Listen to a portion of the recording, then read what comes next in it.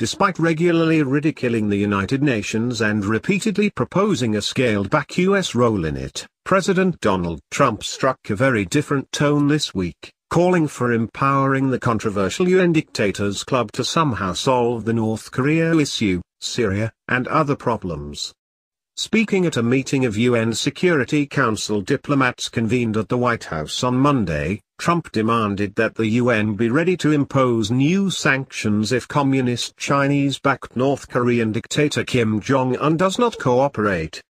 Ironically, the dictatorship in Beijing, North Korea's strongest ally, holds a veto-wielding seat on the UN Security Council. But Trump nevertheless indicated he wants that same global body to wield even more power. Trump's comments amid the meeting Monday suggested that the White House has reversed course and betrayed the president's most loyal supporters yet again. Despite correctly identifying the UN as an enemy of freedom and America, Trump now appears to believe the UN should be given teeth. Among other jobs, he hopes to see the UN help rein in the North Korean regime. The status quo in North Korea is also unacceptable, Trump told the UN Security Council ambassadors representing the 15 governments and dictatorships, including some close allies of the North Korean dictator, at the April 24 White House meeting. The Council must be prepared to impose additional and stronger sanctions on North Korean nuclear and ballistic missile programs. The president, who campaigned on an anti-globalist platform, also suggested that the scandal-plagued globalist body should somehow be responsible for solving the issue of North Korea, as if the UN were some sort of global government in charge of dictating solutions and policies to national governments. This is a real threat to the world, whether we want to talk about it or not, Trump said. North Korea is a big world problem and it's a problem that we have to finally solve. People put blindfolds on for decades and now it's time to solve the problem. And Trump vowed that under his watch, the UN would start taking on the expanded role he appears to envision for it. Describing the UN Monday as an underperformer, he told the UN Security Council ambassadors that the global body doesn't like taking on certain problems. The United Nations is an underperformer, but it has huge potential, Trump told the attendees after warning during the campaign of a globalist cabal with international bankers seeking what he called global government for humanity. I think that the United Nations has tremendous potential. Indeed, former U.S. Secretary of State John Foster Dulles, one of the architects of the Union and a committed establishment globalist, also believed that. In his 1950 book War or Peace, he said the UN at that time was just a primitive stage. Eventually, he said, the UN Charter would allow the emergence of what he described as world government and world federation. The implication of Trump's comments was clear, the UN should be taking on even more real and imagined problems than it currently does. It hasn't lived up to the potential, Trump continued, outlining a vision of a radically expanded UN. I see a day when there's a conflict where the United Nations, you get together, and you solve the conflict. You just don't see the United Nations, solving conflicts. I think that's going to start happening now. I can see it. And the United Nations will get together and solve conflicts.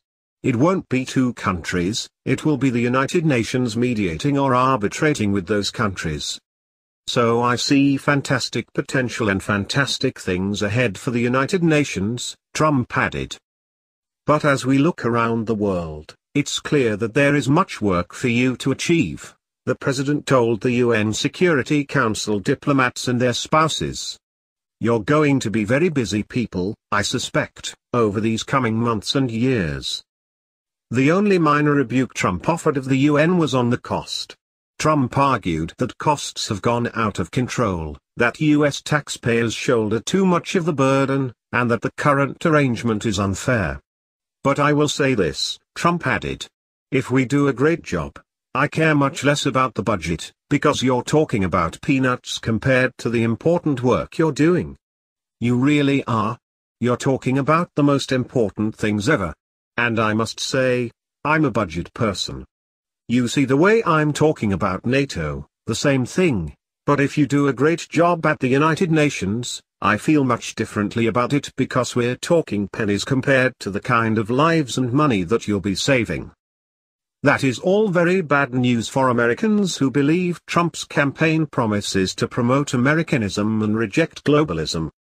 Indeed, on the campaign trail, Trump blasted the UN over and over again. The United Nations is not a friend of democracy. It's not a friend to freedom. It's not a friend even to the United States of America, whereas all know, it has its home. The real estate mogul told the American-Israel Public Affairs Committee, AIPAC, while on the campaign trail. Earlier in the campaign, Trump also ridiculed the UN as a political game, calling for smaller numbers, presumably a reference to downsizing the globalist organization. He also vowed to cancel the UN Paris Agreement on climate, which has still not happened. On Monday, Trump also spoke with communist Chinese dictator Xi Jinping about the North Korea issue. According to the White House, Trump criticized North Korea's continued belligerence and emphasized that Pyongyang's actions are destabilizing the Korean peninsula. The White House claimed that Xi shared Trump's sense of urgency about the alleged threat posed by North Korea's missile and nuclear programs. And Xi apparently even committed to strengthen coordination in achieving the denuclearization of the Korean peninsula. However, Beijing's mass-murdering regime is essentially the puppet master behind Pyongyang, suggesting the Chinese communists believe they are playing Trump for a fool. Indeed, despite Trump claiming to believe the UN will help rein in communist regimes, the UN was literally founded by communists. Those communist founders included even leading U.S. Representative Alger Hiss, who served as Secretary General of the conference that founded the UN and created the UN Charter. Hiss was later convicted in court over charges related to his Soviet espionage. And on the other side of the table from Hiss was mass-murdering Soviet dictator Joseph Stalin and his Soviet minions. Today, the Kremlin and Beijing hold seats on the Security Council. The current UN Secretary-General, Antonio Guterres, meanwhile, is a known socialist operative, having led the global alliance of communist and socialist parties known as the Socialist International. But it seems the globalist strategy to dupe Trump into supporting the UN, outlined by Globalist Council on Foreign Relations Global Governance boss Stuart Patrick shortly after Trump took office, may have worked.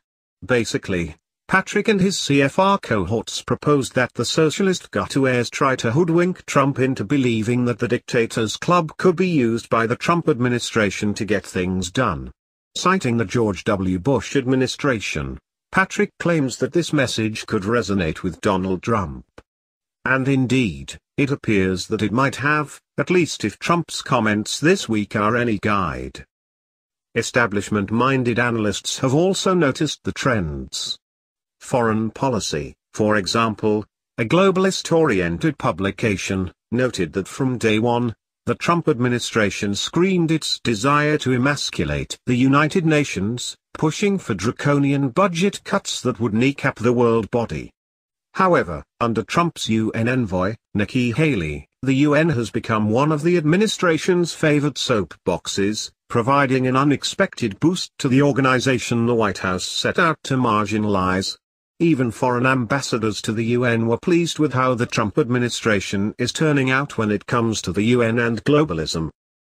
In what may have been one of his most alarming comments, Trump suggested he viewed the UN's potential more favorably than any other candidate in the last 30 years would have even thought to say.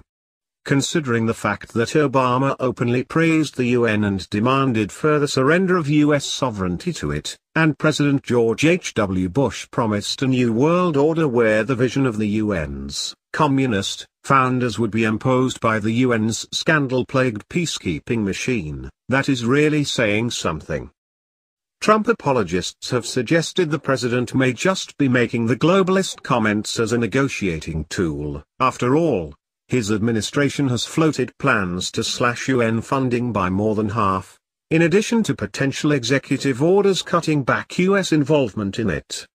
However, considering the growing number of key promises and pledges that Trump has walked back in recent weeks, that appears less and less likely.